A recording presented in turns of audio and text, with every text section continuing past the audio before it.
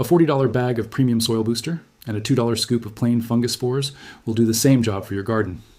Except the cheap one keeps working for years after the expensive one has washed away. One of them has a glossy label and a promise printed on the front. Your soil cannot read the label. It does not know what brand you bought. It responds to one thing, and that one thing is alive. And it costs almost nothing when you buy it by the name the growers use, instead of the name the garden center prints on the bag. Here is what you walk away with today. The single living thing that does more for poor soil than any bag of fertilizer, for a fraction of the price, the exact way to apply it, and the one step that decides whether it takes hold or dies useless in the bag. The most common piece of fertilizer advice on the internet, the one half your neighbors swear by, that quietly destroys this fungus every time they follow it. And the handful of plants you should never waste this on, because the science says it will not work. Let us start with what your soil is actually asking for. For 100 years, the answer to bad soil has been the same. Add fertilizer. Grass looks tired, add nitrogen. Plants look weak, add phosphorus. The whole industry is built on the idea that your soil is an empty tank, and your job is to keep pouring expensive nutrients into it, season after season, bag after bag, forever. And here is the part nobody selling you the bag wants you to think about too hard. If fertilizer actually fixed soil, you would only need to buy it once. The fact that you have to buy it again every single year is the clearest possible sign that it is treating a symptom and never touching the cause. Because real soil, healthy living soil, the kind that grows food without a constant drip of purchased chemicals, does not run on fertilizer alone. It runs on a partnership between the roots of your plants and a living network of fungus in the ground. A network so old and so fundamental that scientists believe it may be the very thing that allowed plants to move out of the ocean and cover the land hundreds of millions of years ago. That fungus has a name, mycorrhizae, and it is the cheapest, most powerful thing you can put in your garden, sitting in farm and growing supply stores the entire time while you carried home the heavy bag. Here is what it actually does, in plain terms. Mycorrhizal fungi attach themselves directly to the roots of your plants, not as an attack, as a deal. The plant, up in the sunlight, makes sugar that the fungus underground cannot make for itself. The fungus, down in the soil, is far better than the root at finding water and locked up nutrients. So they trade. The plant feeds the fungus sugar. The fungus feeds the plant water and minerals. Both sides win. It is one of the oldest business deals on Earth, and around 80 to 90% of all plant species on the planet are built to make it. Now here is the number that should change how you see your whole garden. A plant root, on its own, can only reach the soil it physically touches. But the threads of this fungus, called hyphae, are far thinner than any root a plant could ever grow. Thin enough to reach into spaces a root could never enter. They extend out from the root in every direction, sometimes for many inches, reaching into a volume of soil hundreds of times larger than the root could reach alone.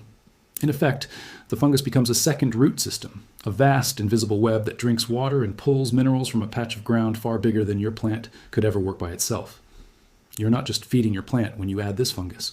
You are giving it a body many times larger than the one it can grow on its own, and it is especially good at one specific thing that matters enormously: phosphorus. Phosphorus is one of the 3 big nutrients on every fertilizer bag, the middle number, the one that feeds roots and flowers and fruit. But here is the dirty secret of phosphorus. In most soils, it does not move. You can have plenty of phosphorus already sitting in your ground, locked to the soil particles, completely out of reach of your plant's roots, which is why people keep buying more and more of it and wondering why it never seems to be enough. The fungus solves this. Its threads reach the locked phosphorus your roots cannot, break it loose, and carry it back to the plant. So this $2 fungus does not just add nutrients. It unlocks the nutrients you already paid for and are sitting on right now. And phosphorus is only the start of what it pulls in. The same fungal threads gather zinc, copper, and other trace minerals that move poorly through soil and that struggling plants are often quietly starved of. They reach water in dry spells that the plant's own roots cannot find. Which is why mycorrhizal plants hold up far better through drought than plants without the partnership. There is even research showing that plants connected to this fungus stand stronger against certain root diseases, because a root sheathed in friendly fungus is a root that harmful organisms have a harder time attacking. One partnership, and your plant gets a larger root system, better drought resistance, unlocked phosphorus, trace minerals, and a measure of disease protection all at once. All from a pinch of powder that costs less than a single bag of the stuff that does a fraction of the job. So what is the cheapest way to put this fungus in the ground? The answer is a mycorrhizal inoculant. It is sold as a powder or a granule. And what you are actually buying is the living spores of the fungus, ready to wake up and colonize your plant's roots the moment they touch them. Look on the label for the word mycorrhizae and look for 2 specific families inside it. Endomycorrhizae, sometimes written as the letters VAM, or as the word glomus, which is what most vegetables, fruits, flowers, and grasses need. And ectomycorrhizae, which is what most trees, especially pines, oaks, and birches, partner with. A good general blend contains both, so it works across your whole garden. A small container costs just a few dollars and treats dozens of plants because you use only a tiny pinch per plant. Do the real math, and you are spending something like $2 to inoculate an entire garden bed, against $20, $30, $40 a season for the bagged products that wash away and leave nothing behind. But before I give you the one rule that makes this work, let me kill the myth that is quietly sabotaging half the gardeners who try it. Because if you have read anything about feeding your plants, you have already been told to do the exact thing that destroys this fungus. The myth is high phosphorus fertilizer. Walk into any garden center and you will find bags and bottles screaming about phosphorus for bigger roots, for more blooms, for stronger plants, with a giant middle number on the label. And here is the chemistry the marketing leaves out. When the soil around a plant is flooded with easy, soluble phosphorus, the plant stops making the partnership. Think about it from the plant side. The whole reason it feeds sugar to the fungus is to get phosphorus and water it cannot reach on its own. But if phosphorus is suddenly everywhere, free and easy, dumped in from a bag, the plant has no reason to pay the fungus anymore. So it cuts the deal off. The fungal connection shrivels. Researchers have documented this over and over. High phosphorus fertilizer suppresses mycorrhizal colonization. The very product sold to strengthen your plant's roots is the product that severs your plant from the greatest root system it could ever have. This is the trap. You buy the high phosphorus bag because the label promises strong roots. The phosphorus shuts down the fungus that builds strong roots. Your plant becomes dependent on the bag because you killed the living thing that would have made the bag unnecessary. And so you come back next season and buy another bag. That is not a flaw in the system. From the seller's side, that is the entire system. The dependency is the product. Now, the rule that makes the cheap fungus work: contact. The single most important fact about mycorrhizal inoculant is that the living spores must physically touch the roots of your plant to take hold.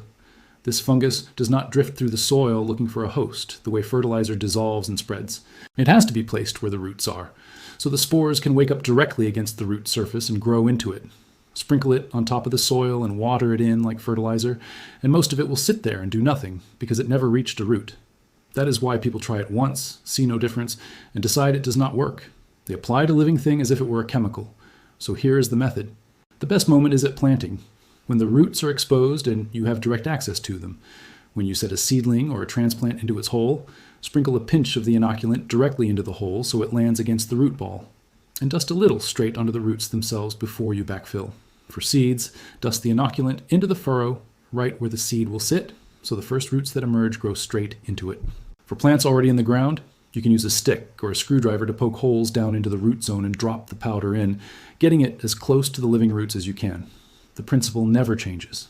Get the living spores onto living roots. Do that, and within weeks the fungus colonizes the root and begins building its web. Skip that, and you wasted your $2. And here's the part that turns the savings into something the bagged products can never match. This is a one-time investment that keeps paying. Fertilizer is gone the season you use it. It feeds, it washes away in the rain, and your soil is empty again, waiting for the next bag. The fungus is alive. Once it has colonized your plants and established itself in undisturbed soil, it does not wash away. It grows. It spreads from root to root, plant to plant, building a living network through your beds that comes back stronger every year, feeding each new generation of plants you put in the ground. You are not buying a season of green. You're planting a permanent partner in your soil that works for free for years.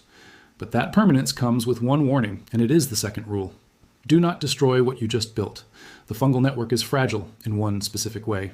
It lives as a web of threads running through the soil. And when you take a tiller to that soil, or dig it over hard every season, you rip that web to shreds. Heavy tilling is one of the fastest ways to wipe out the fungus you paid to establish.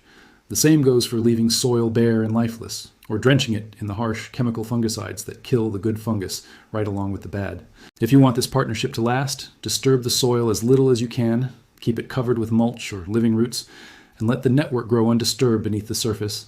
The gardeners who till deep every spring and wonder why their soil never improves are tearing up their own best worker every year without knowing it. Now one honest caution, because real knowledge always comes with the limits, and I will never hand you half of it. This fungus is powerful, but it is not magic. It does not work on everything. There is one family of common garden plants that simply refuses this partnership. The cabbage family, the brassicas: broccoli, cabbage, kale, cauliflower, mustard, radish, turnip. These plants do not form mycorrhizal connections at all by their own nature, so inoculating them is a waste of the powder. The same is true of the beet and spinach family: beets, spinach, and chard. For those crops, the fungus does nothing, and that is not a failure of the product. It is just biology. For nearly everything else, though, the tomatoes, peppers, beans, squash, corn, fruit trees, berries, flowers, and grasses that make up the bulk of most gardens, the partnership is exactly what nature intended, and the fungus delivers. And one more honest point. This is not an instant fix you sprinkle on a dying plant for a miracle by morning. The fungus takes a few weeks to colonize and longer to build its full network. The deepest benefits show up over the first full season and grow from there.